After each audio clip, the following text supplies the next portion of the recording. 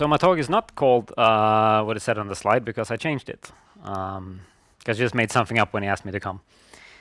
So the talk is now labeled through the joining class. And this is sort of a talk of trying to go through some parts of the Postgres Query Planner that you may or may not know about. And the good part of this is that you don't really need to learn any of this, what I'm saying. This is just pretty cool technology.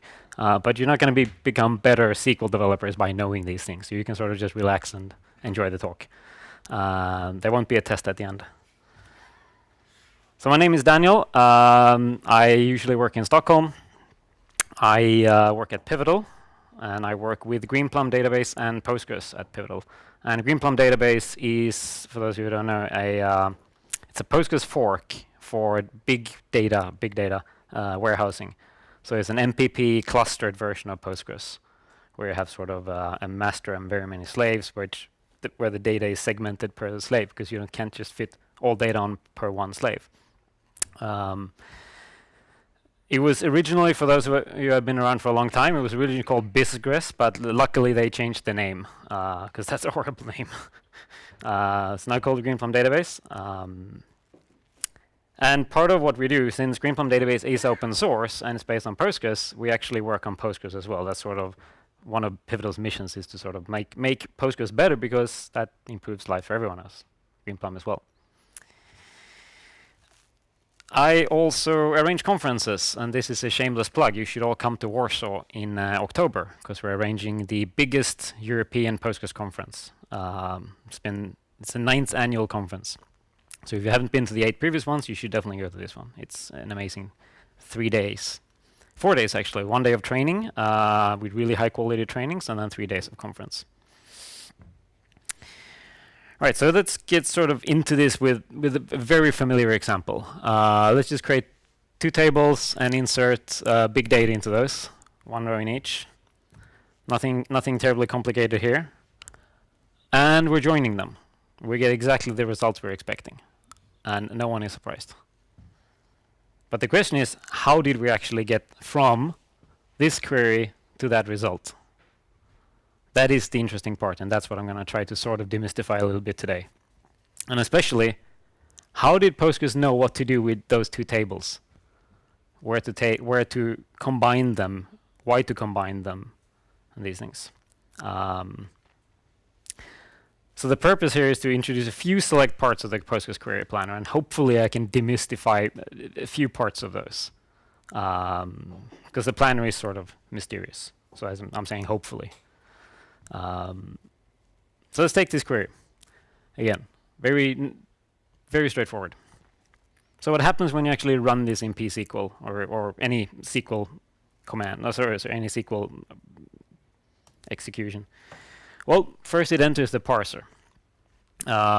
It's checked for syntax errors. The parser builds an abstract representation for the backend, so basically like a syntax tree.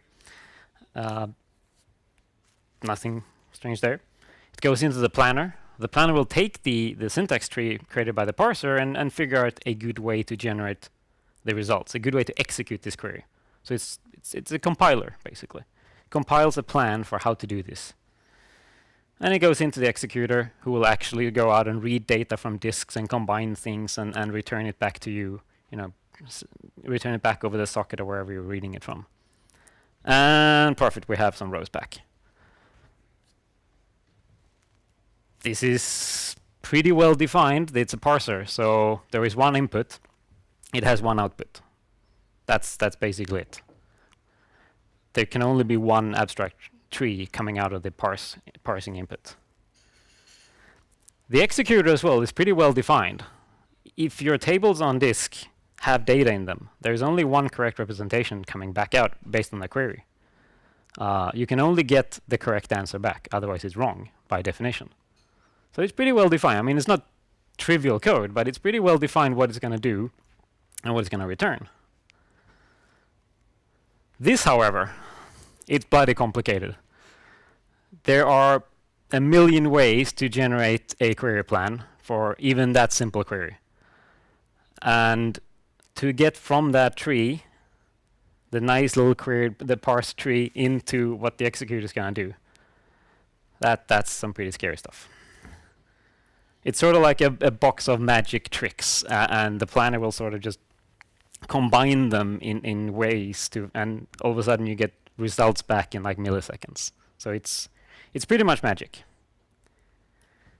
Although it actually isn't, because this is, again, most of these sort of examples here are sort of cut down versions. The query planner is doing a lot more, but this is only, like, I can't spend a week here, so I've cut down a few bits. But essentially this is what it's doing. It's go through pre-processing, where it simplifies the query. It does, for example, some constant folding. If your query includes like 1 plus 1, it can simplify that to 2.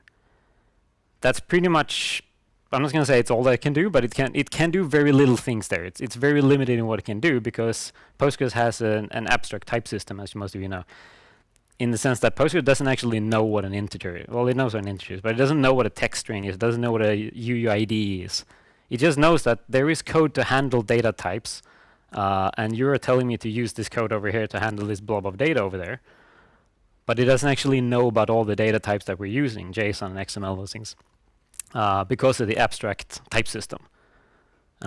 So the pre-processing step can't really make a lot of assumptions about the data, because it doesn't know what the data is. It only knows that it is data. That's one of the strengths of Postgres. That's sort of what made Postgres out of Ingress, the abstract type system. We can just sort of plug in new data types. And it's what allowed us to add JSON stuff, for example, very simply. But it also sort of limits what the planner can do. It could probably do more there, but it would require lots and lots of work. Next step is it looks at the scan and join planning. So essentially the where clause. Like how am I going to join these things? So yeah, basically whatever is after the where clause. Next step is go through special features. So for example, your group bys, your window functions, aggregates. Those are done the next step of planning. And at the end, when we have sort of a plan to go, we need to convert that into something that the executor can actually take and go and read bits of disks and give returns back. Because up here, we don't really care about the nitty-gritty details. We only care about that when we get to the end, or actually need to.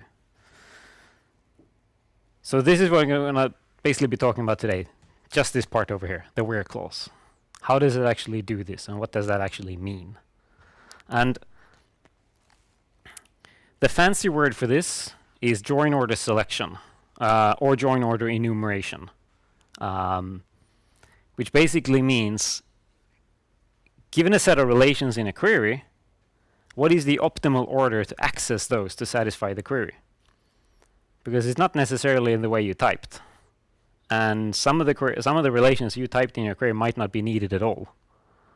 And the planner might actually inject some more, because it might create a relation materialize a relation out of what was in the query. So given the set of relations, how do we find the optimal order of doing things? That is join order selection. That is sort of like the cut down version of what I'm going to be talking about today. So if we have this example here, we're joining a couple of tables together, just straight up joining them. That little example there can create n factorial join orderings. So if we join in this order, or here we see the D relation sort of moving that way there. That's a lot of join orderings for only 4 tables. So if you have 5 tables or 10 tables, because each of those join orderings have n minus 1 factorial plans, because the join is taking 2 relations and joining them together, and then it's taking the result of those 2 join with something else. It might be an actual relation. It might be the output of a join, so a join relation. But in SQL, everything is a relation. So the output of a join is also a relation. So you might be joining A to B, and then you're sort of joining C to that and D to that. But you might also be joining A and B and C and D, and then you're joining the results of those. And the representation of these are in join trees, which I read from left to right. So essentially, this is just sort of a way to represent these different joins. If it's everything hanging left, this is very nice mathematically to optimize for, or slightly more complicated, but this is sort of how you represent them graphically. And you can have right-sided joins. But the important part here is that for those 4 joins, there are 144 plans. But if you have 10-way join, that's a lot of plans. And if you have a 20-way join, well, you can basically count the grains of sands on beaches at that point. It becomes very unwieldy very fast. And 20-way joins, I mean, in your big OLAP queries or, data analyst stuff, that's not unheard of. That's definitely not unheard of today as data grows. So the end and short of it is that exhaustive searches don't actually work. There is no way you can exhaustively search the entire join space and figure out the optimal order and then just go do that. It doesn't scale. And it doesn't scale across very few, actually very few. Like, I mean, 10 relations is not much, but you couldn't search that entire space. So we need to start pruning the search space. There needs to be some heuristics. And quite clearly, there needs to be a good algorithm for doing this. So how is that actually done? So how to avoid the exhaustive search? Because the exhaustive search is quite simple. You just sort of enumerate them all. And try not to run out of memory. So in order to figure that out, we need to sort of go back to 1979, when this lovely lady was competing in the Eurovision Song Contest for you guys. No idea if she won or not. I don't think she did. And this was actually the what people wanted for Christmas. This is the time we're going back to. It was 6502 based. So what also happened in 1979 was that System R was being developed at IBM. And System R was sort of like it was a research project to sort of build and figure out how to make a SQL database. And there were some really, really smart people involved at System R. And one of them was Patricia Sellinger. She is now an IBM fellow and ACM fellow. And she was a member of the original System R team. And she, back in 1979, together with a couple of colleagues, published this seminal paper called Access Path Selection in a Relational Database Management System. It's a very dry paper, probably didn't raise many eyebrows at the time. But now, it's quite a few years later, and we're still talking about it because this is still sort of the state of the art in both commercial databases and open source databases. Because this is what Postgres is using. And Postgres is not alone. Sybase is building the entire thing in this as well.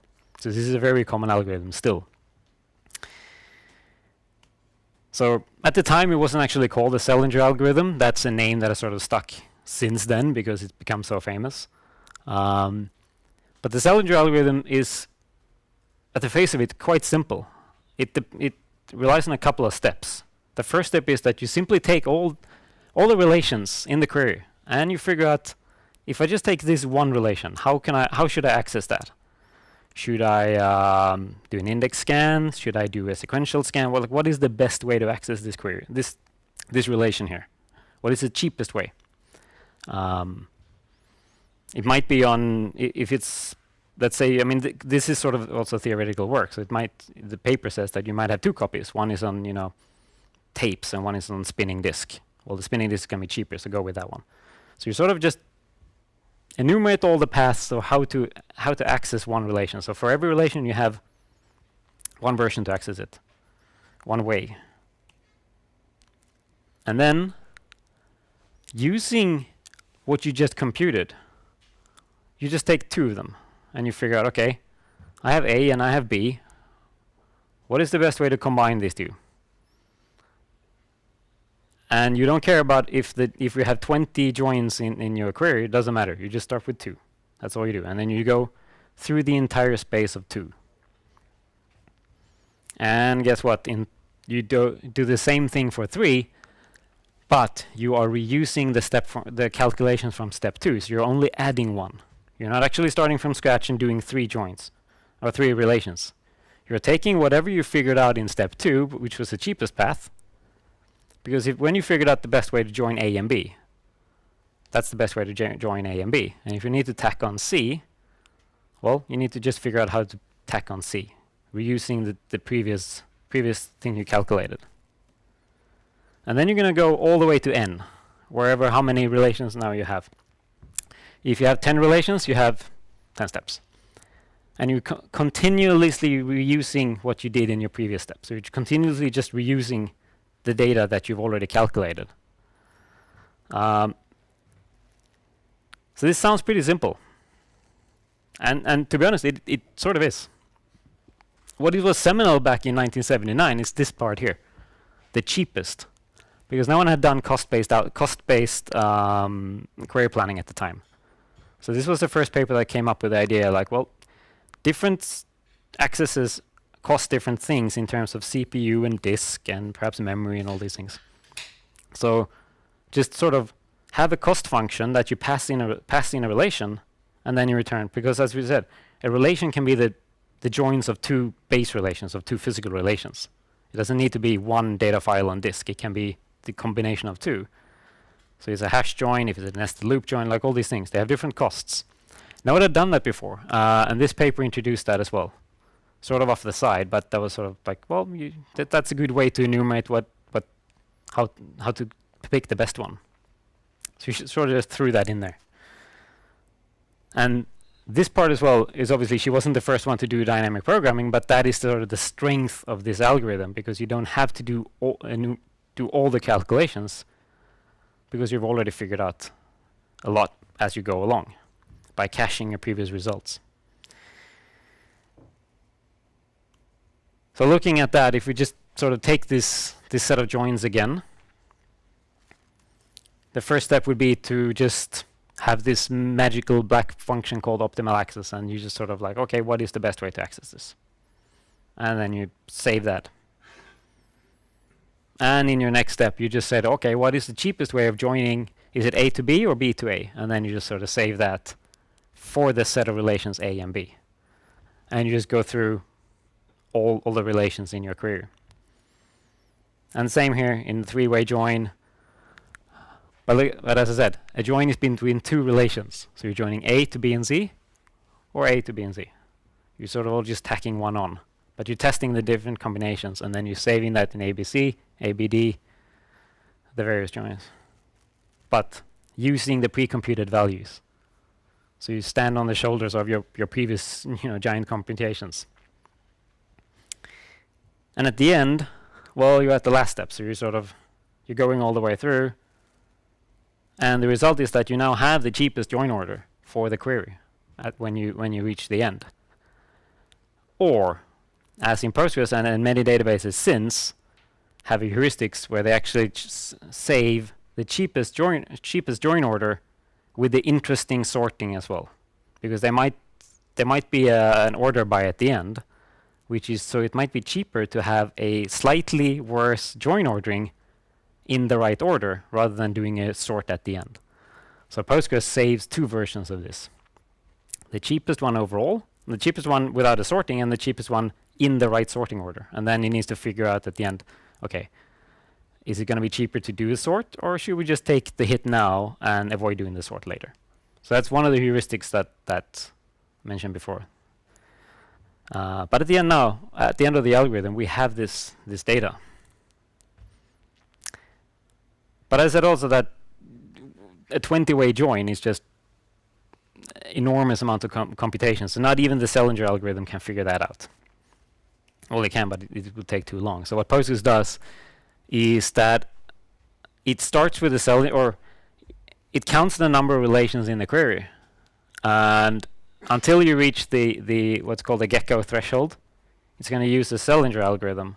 But once you cross that threshold, it's going to use the genetic query optimizer, the gecko. And I believe the gecko threshold is at 12 in the base configuration, the default configuration. I think it's 12. It has been at least.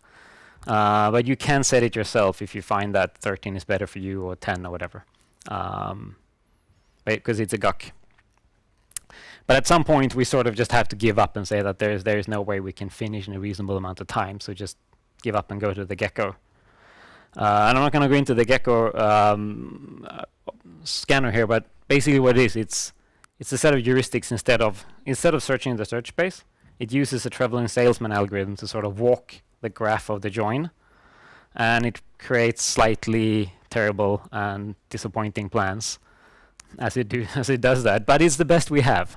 The alternative is worse because it's basically waiting until the end of the universe for a join, and no one wants to do that. So it's not good, but there is nothing better in Postgres at the moment. But if 12 is the right for you or not, well, that depends on your workload as well. But 12 is sort of the default value. And there are actual, researchers with lab coats and stuff who have looked at this, and they have actually looked at the Postgres planners, the Gecko and the planner in this paper, and they came to the conclusion that what we thought all along is actually correct. There is no heuristics that beat an exhaustive search. So Gecko is sort of proven by real scientists with proper degrees that it's not actually as good. It's an interesting paper. So how is that? So now we've sort of just touched on the theory, like how is it actually done? Let's have a look at how it's really done in Postgres, because this is Postgres after all. We're all interested in that, not just theory. So I'm going to go over just briefly how Postgres does it, not diving into the super nitty-gritty details, because I'm not Tom Lane. But to be able to do that, we should just have a quick look at some data structures that are used all over the place, because it sort of builds a foundation for how things work. It's good to know. So there are plan nodes. As I said, everything in the planner is a tree. And a plan is a tree of plan nodes. And it's sort of the what and the how of query execution.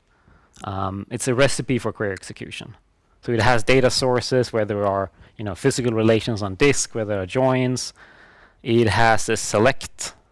It's a target list. I think of that basically the select projection. It has conditions, so the where clauses.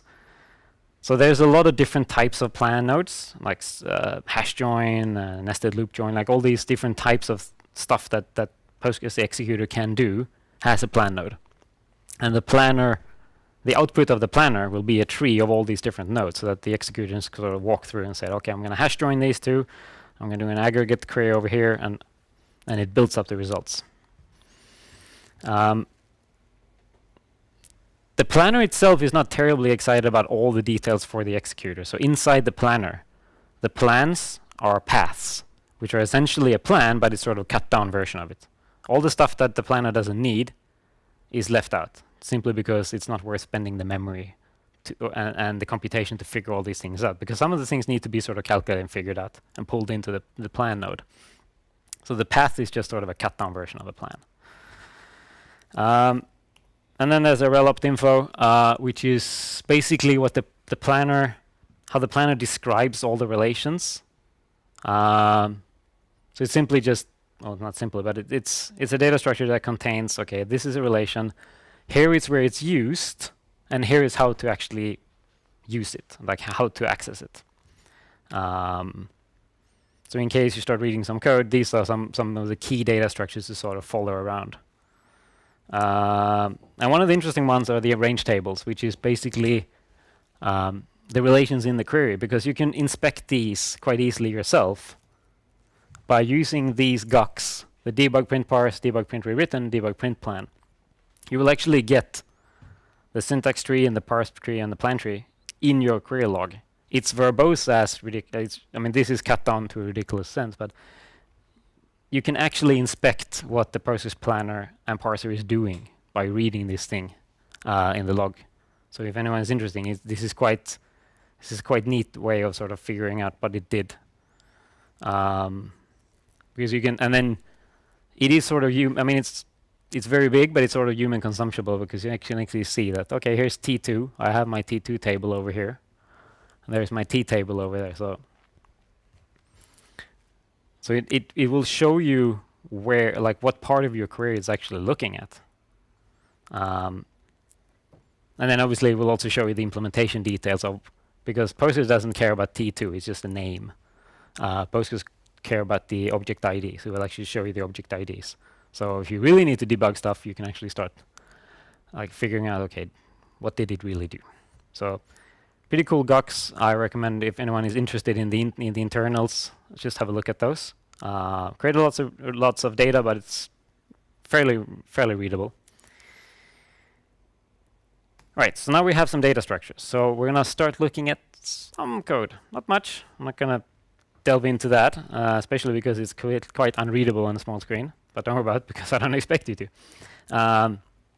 But this is sort of like the what I want to just illustrate here is, so we have this, as I said, magic box where dragons lie, and there's fires and everything. It's scary, but once you open up the files and start reading, this is very accessible code. And I'm going to highlight that as a couple of examples here. So this is standard join search. This is sort of the entry level for this dynamic programming algorithm that I mentioned. And lo and behold, if we start reading the comments, we employ a simple dynamic programming algorithm. We first find the ways to build joins with 2 joins to items, then all the ways to 3, blah, blah, blah. You can essentially read the Salinger algorithm just by reading the code. That's how well documented the code is. And we can easily see there's a for loop. We start at 2 because obviously the first step is just figuring out the access path. We've already done that at this point. So we start at 2, and we go until how many levels. The Postgres planner calls it levels, which is the amount of relations. It's a for loop. It loops through the amount of steps we need, exactly as the paper has it. This is basically just translating the paper into code. And lots of comments in there. And a bit further down in this loop, well, determine all possible pairs of relations to be joined at this level. Where here you have the actual joining for that level, as I mentioned, as I showed in the example previously. So it's just simple. Okay, now you know which function it is that it actually does that. And this was the iterator in the loop. So actually, this is level 3, level 4, level 5, whatever it is. And again, a nice comment stating exactly what you're looking at and where you could go. And a bit further down in the loop again, well, set cheapest. So the output of the previous function generated these costs, as were mentioned, and here it just sets the cheapest one for that. So again, I mean, this is scary code in a sense, but it's quite accessible when you start looking at it because it's so incredibly well documented and well structured. And that's the takeaway here. Not that you should all go read planner code, but if you want to, I would highly recommend, because it is very accessible. So if we go into this function that we previously found of combining relations, well, the comment at the top of this function just completely explains what it's supposed to do. Consider ways to produce join relations. Consider level join to items. So again, this is for 2, for 3, for 4, blah, blah. So we can see, like, basically just taking the scientific paper and just transforming it into code, and we have it there. And again, simple loops, as you would expect if you just sort of wrote this as a university example. You would have a loop going through things, and here is a loop. So the result of this loop is what we saw earlier. We are joining A to an already existing pre-computed version of B and C. Or should we have A at this end? And then for B, onto A and C. So this is just what we saw earlier. Although that was a theoretical example, this is the code that actually does it inside this loop. And we saw these different trees. So the next loop in this function is looking at the bushy trees, which were these here, when it's joining not a join relation to an actual table, but 2 join relations to each other. Again, it's not more complicated than that. Sorry. And since joining A and B and A has already been computed, once we reach halfway, well, we can stop. That's a good heuristic. So it's again, everything is very nicely commented, which is amazing. So to summarize these parts of the planner that I hope has shown some light on a process that probably no one or most of you haven't looked at before, is that the Salinger algorithm has stood the test of time pretty well. It was published in 1979. It's still the state of the art for many databases, among them Postgres. But as complexity grows and as the workload grows and as the usage of Postgres grows, we need to come up with something either better heuristics, or something faster. Because 12 is a pretty low bar at the moment for going into Gecko, which isn't terribly good. We need to push that further up. How to do that? Well, there are ways to do it, but there are nothing as nice and trivial or neatly laid out as the Salinger algorithm. But something will have to be done. We might still have the Salinger algorithm and move into something else once we cross a point, but be able to go further than where Gecko takes us today is something that Postgres will need to tackle in the near-term future. And another take-home should be that the Postgres codebase is sort of unrivaled quality. It is extremely well documented and laid out, and even if you don't like C or reading C for that matter, or programming C, which many people don't like, simply reading the comments and following the flow will teach you lots and lots about the internals of Postgres, because it's simply that well done. And for anyone interested in actually following along the code, inside the different directories, there will quite often be a README file with going into excruciating detail about how things work. Things that are not in the documentation or on the website. Things that are only sort of documented down there.